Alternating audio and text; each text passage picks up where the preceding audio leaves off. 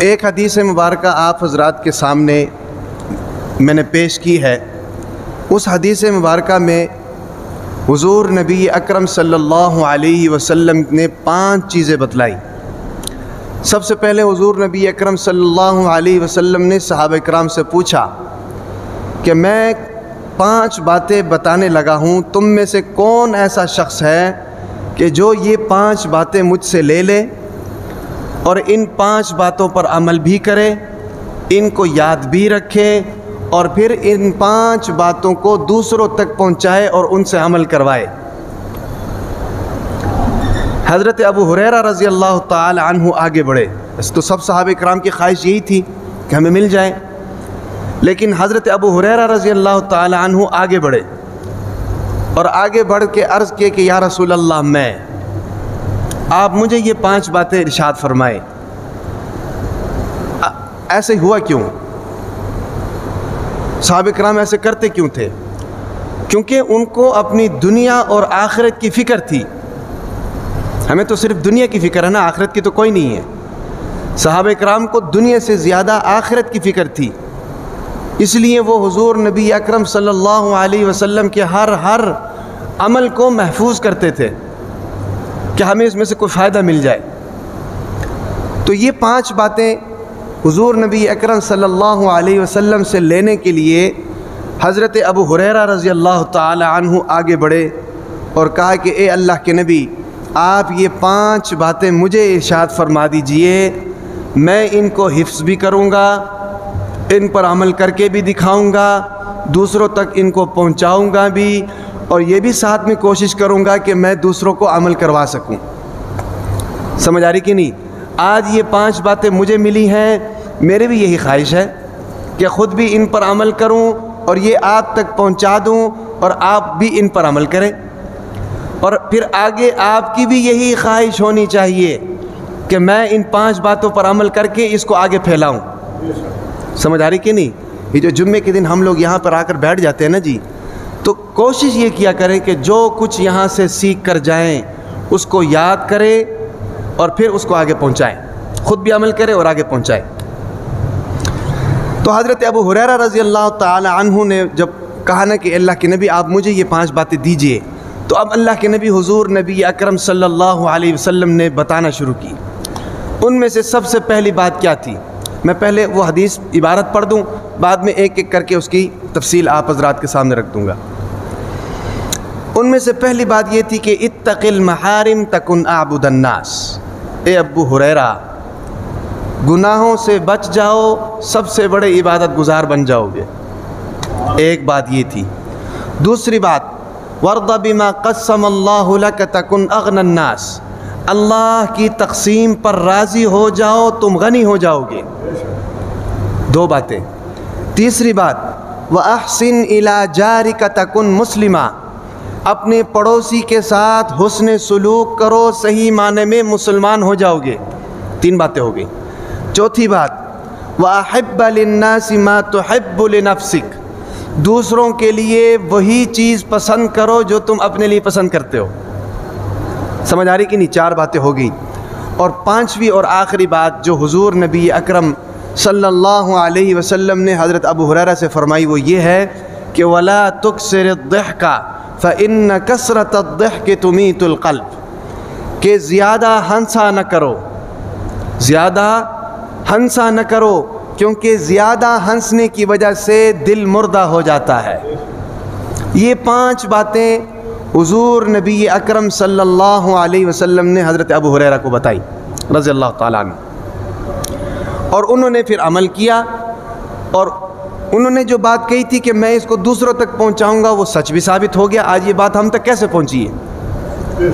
انہوں نے پہنچائی تو پہنچی ہے نا جی، سینہ بسینہ سینہ بسینہ سینہ بسینہ حضرت حضور صلی اللہ علیہ وسلم سے ابو ہریرہ تک، ابو ہریرہ سے آج ہم تک یہ پہنچی ہے۔ یعنی کہ انہوں نے جو اللہ کے نبی کے ساتھ وعدہ کیا تھا اس وعدے پر عمل کر کے دکھایا۔ آج ہمیں چاہیے کہ ہم بھی اس کام کو آگے لے کر جائیں، ان 5 باتوں کے اوپر خود بھی عمل کریں اور دوسروں کو بھی کوشش کریں کہ ہم دوسروں کو عمل کروائیں ان 5 باتوں پر۔ سمجھ آ رہی کہ نہیں؟ اچھا جی، اس میں سے پہلی بات کیا تھی حدیث مبارکہ کے اندر ابو ہریرہ رضی اللہ تعالیٰ عنہ سے فرمائے کہ اتق المحارم تکن اعبد الناس، کہ اے ابو ہریرہ گناہوں سے بچ جاؤ تو تم عبادت گزار بن جاؤ گے۔ قاری اشرف صاحب کہاں پہ؟ ایک کو زیادہ تھے نہیں کیا منہ؟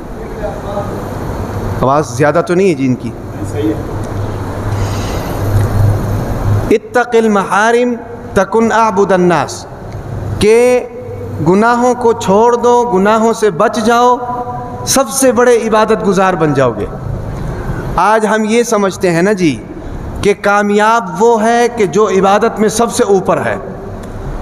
نوافل بھی جناب چل رہے ہیں، نفلی صدقات بھی چل رہے ہیں، نفلی روزے بھی چل رہے ہیں بھئی۔ ہمارا جو پوائنٹ آف ویو ہے وہ یہ ہے کہ جتنی آپ نفلوں میں زیادتی کرو گے آپ اتنے بڑے عبادت گزار بن جاؤ گے۔ یاد رکھیں کہ نفل پڑھنا افضل تو ہے ہی فرائض اور واجبات کے بعد، نفلی صدقات کی بھی بڑی فضیلت ہے، نفلی روزوں کی بھی بڑی فضیلت ہے، لیکن صرف نفل پڑھ لینے کی وجہ سے انسان عبادت گزار نہیں بن سکتا۔ سمجھ آ رہی کہ نہیں؟ دیکھیں نا جی، ایک آدمی نفل کا اہتمام کر رہا ہے، فجر کے وقت آتا ہے، فجر سے پہلے تہجد پڑھ کے آ رہا ہے بھئی، پھر فجر کی سنتیں ہیں، پھر اس کے بعد فجر کی نماز، فرائض اور واجبات کے علاوہ ظہر کی نماز پڑھنے کے لیے آ رہا ہے، ظہر کی نماز سے پہلے جناب سنتیں پڑھ رہا ہے، ظہر کی نماز کے بعد پھر سنتیں پڑھ رہا ہے، عصر کے لیے آ رہا ہے جناب، عصر سے پہلے پھر نوافل پڑھ رہا ہے، مغرب کے لیے آ رہا ہے، مغرب کے بعد سنتیں ہیں، پھر نوافل ہے، پھر اوابین ہے، اشراق ہے، صبح کے وقت چاشت ہے وہ بھی پڑھ لیے، اور عشاء کی نماز جناب پڑھ رہا ہے، عشاء سے پہلے بھی 4 سنتیں ہیں، عشاء کے بعد 2 سنتیں، 3 وتر ہیں، اس کے بعد نوافل ہیں، جب تک پڑھتا رہے بھئی۔ اس کے بعد قرآن کی بھی تلاوت کا معمول اس کا ہے، صدقات، نفلی صدقات بھی دے رہا ہے، لیکن بدقسمتی یہ ہے کہ وہ شخص ساتھ ساتھ گناہ بھی کر رہا ہے، وہ شخص ساتھ ساتھ گناہ بھی کر رہا ہے۔ اس کے مقابلے میں وہ شخص کہ جو نوافل کوئی نہیں پڑھ رہا، ساری زندگی کوئی تہجد نہیں پڑھی، نوافل کوئی نہیں پڑھ رہا بھئی، فرائض اور واجبات پر اکتفا کرتا ہے، لیکن خوش قسمتی یہ ہے کہ گناہ بھی کوئی نہیں کر رہا، نہ صغیرہ گناہ کر رہا ہے نہ کبیرہ گناہ کر رہا ہے، گناہ بھی کوئی نہیں کر رہا۔ اب یہ جو 2 لوگ ہیں، ان 2 لوگوں میں افضل شخص وہ ہے کہ جو صرف فرائض اور واجبات کو ادا کر رہا ہے اور ساتھ میں گناہ نہیں کر رہا۔ کیوں؟ کیونکہ جو شخص نوافل کا بھی اہتمام کر رہا ہے، تمام معاملات کر رہا ہے، لیکن ساتھ میں گناہ بھی کر رہا ہے، اس کے گناہ جو ہیں اس کی نیکیوں کو کھا رہے ہیں، اس کی نیکیاں سیو نہیں ہو رہی۔ سمجھ آ رہی نہیں؟ حضور نبی اکرم صلی اللہ علیہ وسلم نے کیا فرمایا کہ بہت سے شب دار ایسے ہیں کہ جن کو تھکاوٹ کے علاوہ اور کچھ بھی نہیں ملتا، ساری رات نماز پڑھتے رہے لیکن اس کا ثواب نہیں مل رہا۔ کیوں؟ گناہ بھی کر رہے ہیں ساتھ ساتھ، اور گناہ نیکیوں کو کھا جاتے ہیں۔ اور بہت سے روزہ دار ایسے ہیں کہ جن کو سوائے بھوک اور پیاس کے کچھ بھی نہیں ملتا ہے۔ کیوں بھائی؟ کیونکہ وہ روزہ تو رکھے ہوئے ہیں لیکن ساتھ میں گناہوں کا بھی اہتمام ہے بھائی، تو وہ سوائے بھوک اور پیاس کے کچھ بھی نہیں ہے۔ اس کے مقابلے میں وہ شخص کہ جو نوافل کا اہتمام نہیں کر رہا بھئی، نفلی صدقات ہو گئے، نفلی نمازیں ہو گئے، نفلی روزے ہو گئے، لیکن وہ فرائض اور واجبات کے ساتھ گناہ نہیں کر رہا، تو اب اس کے جو فرائض اور واجبات کے ثواب ہیں وہ سیو ہیں، کوئی گناہ اس کے کھاتے میں نہیں ہے، تو اس شخص کے مقابلے میں یہ شخص افضل ہے۔ یاد رکھیں، سمجھ آ رہی کہ نہیں؟ کیونکہ وہ اپنے ثواب کو اور اپنی نیکیوں کو محفوظ کر رہا ہے۔ تو اس سے یہ معلوم ہوا کہ نفلی عبادات جو ہیں وہ نجات کے لیے کافی نہیں ہے۔ سمجھ آ رہی کہ نہیں؟ بھائی جنت میں جانے کا اصول کیا ہے؟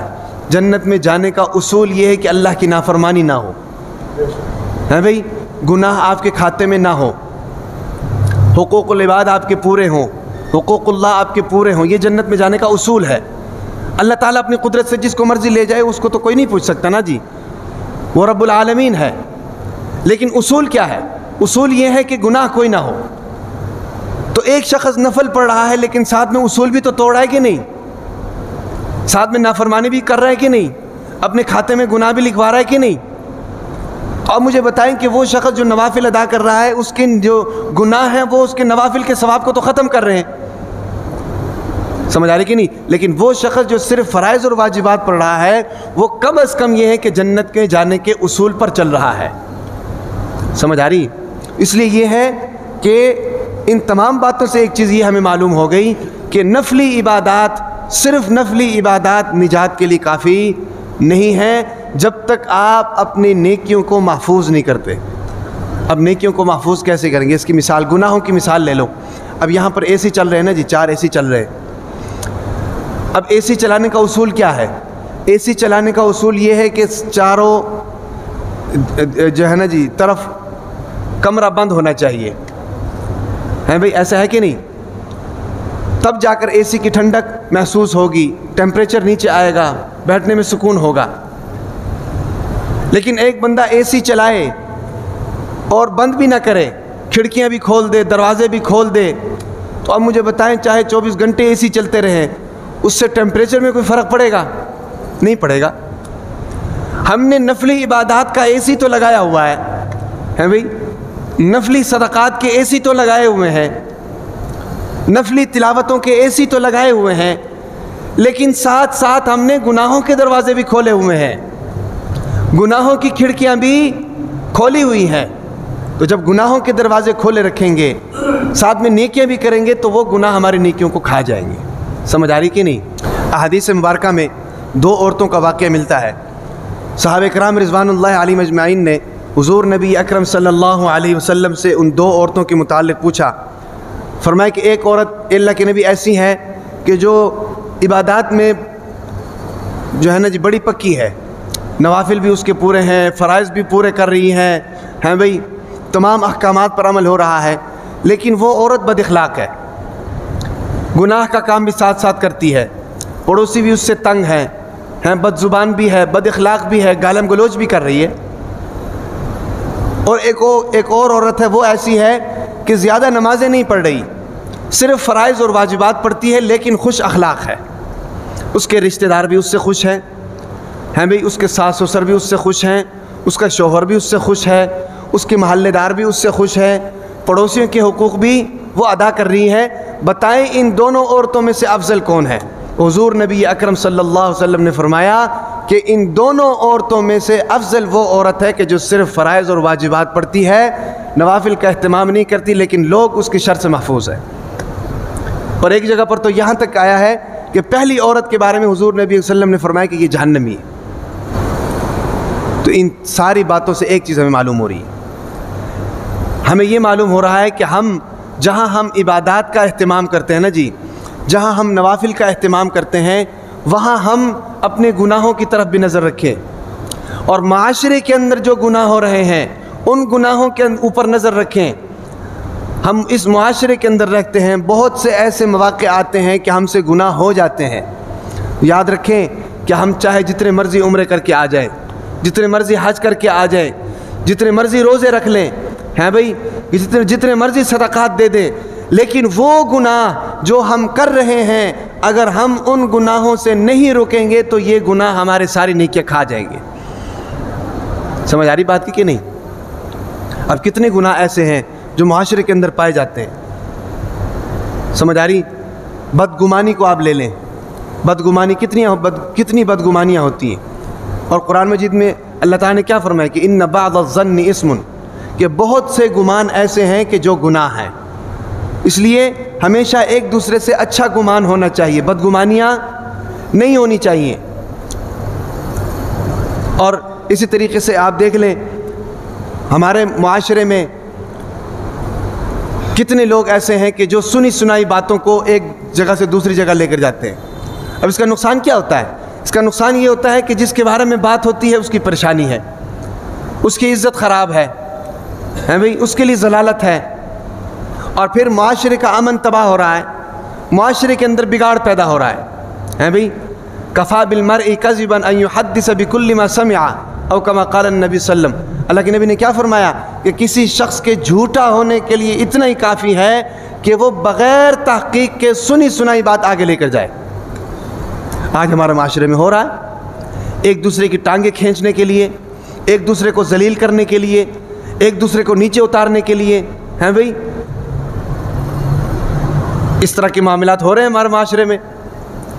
اور اسی طریقے سے غیبت ہمارے معاشرے میں خواتین میں خاص کر بہت زیادہ ہے۔ اللہ تعالیٰ نے قرآن مجید میں کیا فرمایا کہ وَلَا يَغْتَبْ بَعْضُكُمْ بَعْضًا أَيُحِبُّ أَحَدُكُمْ أَن يَأْكُلَ لَحْمَ أَخِيهِ مَيْتًا فَكَرِهْتُمُوهُ، کہ ایک دوسرے کی غیبت نہ کیا کرو۔ کیا تم اپنے بھائی کے گوشت کو کھانا پسند کرتے ہو؟ ظاہر بات نہیں کرتا کوئی بھی۔ تو فرمائے کہ غیبت کرنا ایسا ہے کہ جیسے تم اپنے بھائی کے گوشت کو کھا رہے ہو، اور ہمارے معاشرے میں ہوتا ہے۔ اور اسی طریقے سے جو ذمہ داریاں ہمارے پاس ہیں، ہم ان ذمہ داریوں میں ڈنڈی مارتے ہیں، ہم ان ذمہ داریوں میں ڈنڈی مارتے ہیں۔ میں اگر ایک جگہ پر ملازم ہوں، ہیں بھئی 8 گھنٹے میرے اپنے مالک کے ساتھ طے ہوئے ہیں کہ بھئی 8 گھنٹے میں آپ کو جناب دوں گا، یعنی 8 گھنٹے ہم نے اپنی زندگی کے روزانہ کی بنیاد پر بیچے ہوئے ہیں، اور ہم اس 8 گھنٹے میں سے 2 گھنٹوں کی ڈنڈی مارتے ہیں، تو یاد رکھیں یہ بھی گناہ ہے۔ پھر کہتے ہیں کہ بھئی ہمارے گھروں میں برکت نہیں ہے، ہمارے گھروں میں برکت نہیں ہے، اخراجات پورے نہیں ہو رہے، ضروریات پوری نہیں ہو رہی، تنخواہ لیتے ہیں تو مہینہ پورا ہونے سے پہلے ختم ہو جاتی ہے۔ ایسا کیوں ہوتا ہے؟ ایسا اس لیے ہوتا ہے کہ ہم نے اپنی ملازمت کے اوقات میں سے ڈنڈی ماری ہوتی ہیں، اور پھر اس ڈنڈی مارے ہوئے وقت کے پیسے بھی لیتے ہیں۔ ہوتا کہ نہیں اس طرح؟ میں ایک جگہ پر ملازم ہوں، یا صبح لیٹ جاتا ہوں، 1 گھنٹہ لیٹ جاتا ہوں، یا چھٹی جناب آدھا گھنٹہ پہلے کرتا ہوں، روزانہ کی بنیاد پر میرا یہ معمول ہے۔ تو آپ مجھے بتائیں کہ مہینے بعد میں جو پیسے لوں گا، وہ پیسے تو 8 گھنٹے کے میرے ساتھ طے ہوئے ہیں، اس نے مجھے 8 گھنٹے کے پیسے دینے ہیں، اور وہ پیسے کہ جس کا میں نے کام ہی نہیں کیا، وہ پیسے بھی میں لے کر جیب میں ڈالوں، تو بتائیں کہ وہ حلال ہے یا حرام ہے؟ سیدھی سی بات ہے، حرام ہے۔ اور حرام کی تو نحوست ہوتی ہے، حرام کی نحوست ہوتی ہے، اس کے اثرات جس طرح حلال مال کے اثرات ہوتے ہیں نا جی، اسی طریقے سے حرام مال کے اثرات ہوتے ہیں، یاد رکھیں۔ نہیں یقین آتا ہے تو آپ ایسے لوگوں کے ساتھ اٹھے بیٹھیں کہ جن کے کاروبار حرام ہے، جن کی آمدن حرام ہے، آپ کو ان کی عادتوں سے پتہ چل جائے گا۔ اور ان لوگوں کے پاس بھی بیٹھ کر دیکھیں کہ جن کے کاروبار حلال کے ہیں، جو حلال کا خود بھی کھاتے ہیں، اپنے بچوں کو بھی کھلاتے ہیں، آپ کو واضح فرق نظر آ جائے گا۔ حلال کے بھی اثرات ہوتے ہیں، حرام کے بھی اثرات ہوتے ہیں، سمجھ آ رہی کہ نہیں؟ تو اب یہ حرام پیسہ جو ہم نے لیا ہے، جو ہمارے حلال مال کے ساتھ مکس ہوا ہے، اس حرام مال کے اثرات کی وجہ سے ہمارے حلال مال کے اندر سے بھی برکت ختم ہو گئی ہے، جس کا لازماً نتیجہ یہ ہے کہ مہینہ پورا ہونے سے پہلے ہمارے پاس پیسے ختم ہو جاتے ہیں۔ سمجھ آ رہی بات کی؟ تو اس لیے یہ ہے کہ ان 5 باتوں میں سے پہلی چیز جو حضور نبی اکرم صلی اللہ علیہ وسلم نے حضرت ابو ہریرہ رضی اللہ تعالیٰ عنہ سے فرمائی تھی، وہ یہ تھی کہ اتق المحارم تکن اعبد الناس۔ یہ سارے وہ گناہ ہیں، گناہ صرف یہی نہیں ہے کہ ہم ایک باہر نکل کے ایک دوسرے کو گالی نکالیں گے تو گناہ ہے۔ 24 گھنٹے کی زندگی میں شریعت کے جو احکامات ہیں، چاہے وہ کاروبار سے ریلیٹڈ ہے، چاہے وہ معاملات سے ریلیٹڈ ہے، چاہے وہ بیوی بچوں کے ساتھ ریلیٹڈ ہے، ماں باپ کے ساتھ ہیں بھائی، رشتہ داروں کے ساتھ ہیں، شریعت کے ان تمام احکامات سے روگردانی اگر ہو جائے یا کسی بھی حکم سے روگردانی ہو جائے تو وہ گناہ ہے۔ سیدھی سی بات ہے، سمجھ آ رہی کہ نہیں؟ ہم لوگ یہی سمجھتے ہیں کہ نماز نہ پڑھنا گناہ ہے، یہ ہماری کم علمی کا نتیجہ ہے۔ نماز نہ پڑھنا تو گناہ تو ہے ہی، لیکن دین کو صرف نماز کے اندر بند نہ کریں، دین کے اندر معاملات بھی ہیں، معاشرت بھی ہے، اخلاقیات بھی ہیں، عقائد بھی ہیں، عبادات بھی ہیں، یہ سارے دین کے حصے ہیں۔ سمجھ آ رہی کہ نہیں بات کی؟ تو پہلی چیز جو حضرت ابو ہریرہ رضی اللہ تعالیٰ عنہ کو بتائی حضور نبی اکرم صلی اللہ علیہ وسلم نے، وہ یہ تھی کہ اتق المحارم تکن اعبد الناس، کہ تم جناب اگر عبادت گزار بننا چاہتے ہو، اللہ تعالیٰ کے قرب حاصل کرنا چاہتے ہو، تو پھر گناہوں کو چھوڑ دو، گناہوں کو چھوڑ دو، تمہاری عبادتیں سیو ہو جائیں گی، تمہاری نیکیاں سیو ہو جائیں گی، اللہ کا قرب حاصل ہو جائے گا۔